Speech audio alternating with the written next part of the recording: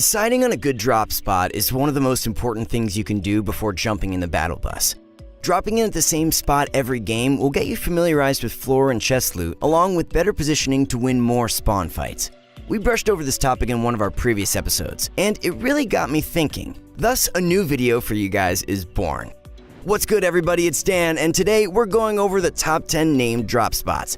My goal is to rank the top drop spots based on multiple variables so you guys can make an informed decision moving forward. Also, I wanted to let you guys know this type of video requires a lot of research, so if you appreciate me doing all the hard work for you, make sure to leave a like. If you want to see more content similar to this, then you guys know what to do. Hit that subscribe button and make sure the bell is on to never miss a thing. By the way, if you're looking for more educational Fortnite content, I highly recommend taking a look at the Insta Pro Pass over at ProGuides.com. Purchasing a Pro Pass will unlock a wall of content, mastery courses, and multiple live coaching sessions with real Fortnite pros. Elevate your game today. Link, as always, is in the description down below. Alright, now let's get into what you've all been waiting for. First, we need to go over some of the ground rules before actually ranking the drop spots. We will only be going over named drop spots, such as Happy Hamlet. Yes, this means that we won't be covering unnamed spots like Westworld or Mini Junk, as we don't want this video to be half an hour long. But there is still 10 spots that we will be going over, which is more than enough for some action-packed content. Let's talk about the ranking system that we'll be using in this video. I will be giving a set amount of stars for every condition that the drop spot meets, with a maximum of 10 stars. So basically, 10 stars means that this is the best drop spot ever, and 1 star means to never go here. Most of the drop spots in this list will fall somewhere closer to the middle, so keep that in mind as we jump into things. There will be a breakdown as to how a drop spot will get stars. Loot is super important, and we will be giving each drop spot 1, 2, or 3 stars based on, well, how much loot there is. This includes chests, floor loots, and vending machines. Almost equally as important is how many people you will typically expect to have to fight off. More loot will typically mean more opponents, so to balance the stars from loot, we will be giving up to 3 stars based on the amount of people typically landing at the drop spot. Obviously, the less people landing on average means more stars. Materials will also give up to 3 additional stars. If there is readily available wood, brick, or metal, each will be worth 1 star. Finally, up to 1 star will be rewarded for relative position on the map. So if the drop spot is on the edge of the map or has some detrimental terrain issues, it probably won't get a star in this category. Anyways, now that we know how drop spots are being scored, let's jump into it. Let's kick things off and take a look at Tilted Town. Replacing Neo Tilted and the first Rift Zone of Season X, Tilted is unique for the inability to break or place builds. Since you can't farm mats, Tilted Town unfortunately gets 0 out of 3 stars in that category. Landing here will net you some great loot due to the limited loot pool. Multiple launch pads, impulses, a blue pump, and heals for days is typical. That is, if you get out alive. The competition is quite stiff at this POI, but not as much as when the spot was first introduced to the game. 3 out of 3 stars for loot, and 1 out of 3 stars for the stiff competition. Positioning is perfect, as Tilted Town is located right in the center of the map. Add another star for positioning, for a total of 5 stars. All in all, pretty average. What else did you expect for number 10? Hopping over to number 9, we've got Paradise Palms, and man, I've got a lot to say about this one. To keep it short, however, it seems as though Paradise has become the new version of Tilted Towers, where everyone feels the need to hot drop it. 0 stars.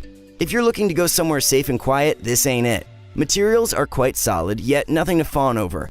Buildings made of brick along with metal cars and palm trees that line up the roads is good for 2 stars. Loot is an obvious 3 stars, don't need to say much about that one. Positioning is alright. Not being directly edge zone helps a lot, so take another star for that. 6 stars. Taking a look at number 8, Happy Hamlet shows up on this list purely because of how stacked you can get. It's no secret that Happy Hamlet has some of the most loot compared to any other spot, so 3 stars in this category is practically a given. On top of that, you won't find a better drop spot for materials, where a quality blend of wooden structures, brick buildings, and metal cars net a commanding 3 stars. With great loot comes great competition, however. Think about it, if you're going to get stacked almost 100% of the time from this spot, of course people will want a piece of that. No stars for competition, unfortunately. You will also have a long walk to zone if you landed Happy, so don't expect any love in that respect. All in all, it's a trade-off between some of the most stacked loot on the map and having to fight an ungodly amount of teams to leave with your life. 6 stars. Time to hit the snowy hills over at Polar Peak, clocking in at number 7 on our list. Polar Peak used to be one of my personal favorite drop spots up until that monster came by last season and destroyed half the hill. Loot is quite low at this point, 1 star. Materials is limited to brick and brick only, 1 star. The redeeming qualities of this Forsaken drop spot is that most everyone has lost interest in the spot, meaning you have a pretty solid chance of being uncontested. 3 stars. You'll also be relatively centered on the map, so let's round off Polar Peak with another star. If we were doing this list last season, Polar might just have been at the top. Unfortunately, it slips down to 6 stars. Still, not terrible. Ditch the snow and hit the shore. Time for Snobby Shores to take the spotlight, coming in at number 6. Even though Snobby gets no love in regard to positioning, given the fact that it's on the western edge of the map, everything else is solid. 17 chest spawns is good for 2 stars when it comes to loot. Competition over at Snobby Shores is quite average, another 2 stars. I can't imagine many other drop spots have a better combination of wood, brick, and metal, so I think it would be an injustice giving anything under 2.5 stars, totaling 6.5 stars. Oh yeah, I can give half stars. Taking a look at number 5, we got Lonely Lodge, where the loot is surprisingly solid. 16 chests and nuggets of floor loot is good for 2 stars any day of the week. Competition is also relatively low, so I'm gonna have to call it 3 stars. Wood and brick is abundant here, but the metal is quite lacking. Let's tack on another 2 stars in that regard. Finally, positioning is quite bad, so no stars here. 7 stars, not bad at all, Lonely Lodge. Junk Junction comes in at number 4. It's a really interesting drop spot because of just how opposite it is compared to, say, Paradise, which we went over not too long ago. Almost no competition is good for a full 3-star score. Loot isn't bad per se, but if you loot the surrounding buildings, which are technically an extension of Junk Junction, I'd feel safe giving a 2-star score. Junk is one of the only spots that has good metal, and just for that, we have to give 2 stars for the materials category. For position, well, if you've ever been to Junk before, you already know. If we could give negative stars, I would, but for the sake of fairness, 0 stars it is. 7 stars for Junk Junction, all things considered. Frosty Flights is one of my go-to drop spots, so it had to show up at number 3 on this list. Ever since the Baller Vault, Frosty Flights has seen less competition than ever. Landing at this former hot POI might just feel like a ghost town in Season X. You will still see some opponents here, but much less than before. 2.5 stars seems adequate. Loot has always been very rewarding at Frosty, given the abundance of floor loot between warehouses, solar panels, and the main buildings. I have to add another 2.5 stars in this area. Similar to Junk, Frosty is made out of pure metal.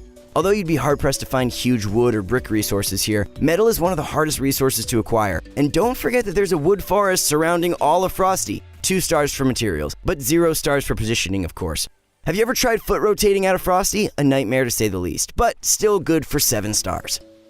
Shifty Shafts is a dark horse, sneaking all the way to number 2 on our list.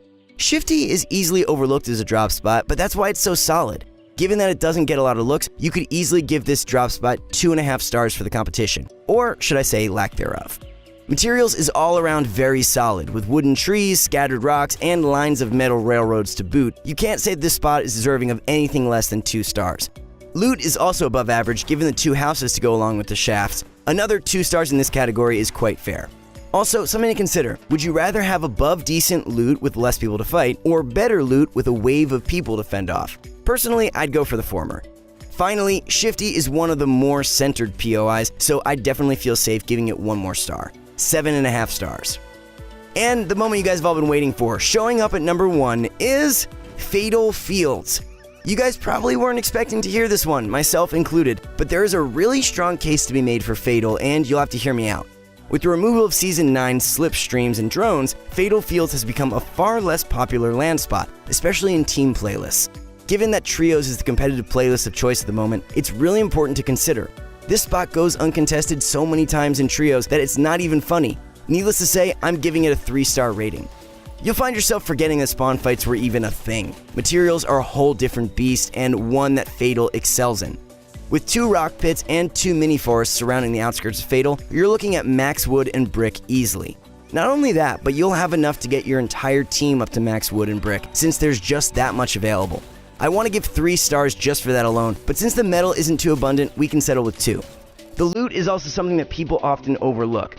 Fatal Fields has 23 chests, compared to 25 chests at Paradise and 21 at retail. With that said, the floor loot is a bit lacking, so I wouldn't feel justified giving it a full 3-star rating in this category, so let's meet in the middle with 2.5 stars. Finally, although the mobility options such as the slipstream and drone were removed at the beginning of Season X, Fatal Fields is much more centered in relation to many other POIs, such as Lucky Landing and Frosty Flights that both have a much longer trek. Another star for positioning will net Fatal Fields 8.5 stars, good enough for the number 1 spot. When we really break it down, it becomes apparent that this list really promotes a safer playstyle. And it sort of makes sense, as picking out spots that have decent loot with the least risk possible is what we want, right? Well, if you're trying to pub stomp, this might not be for you. But if you're in a scrim match and need to preserve your life, or you're trying to get your first victory royale, then I'd highly recommend taking this list seriously. Alright guys, I want to hear from you, so join the conversation by leaving a comment with your thoughts down below. Do you agree? Do you disagree? I want to hear from all you guys. Anyways, if you enjoyed this video and want me to know it, make sure you leave a like and hit subscribe. And if you want to hit me up directly, you can find me on all social channels at Daniel Ammerman. That's all I got for today. Till next time.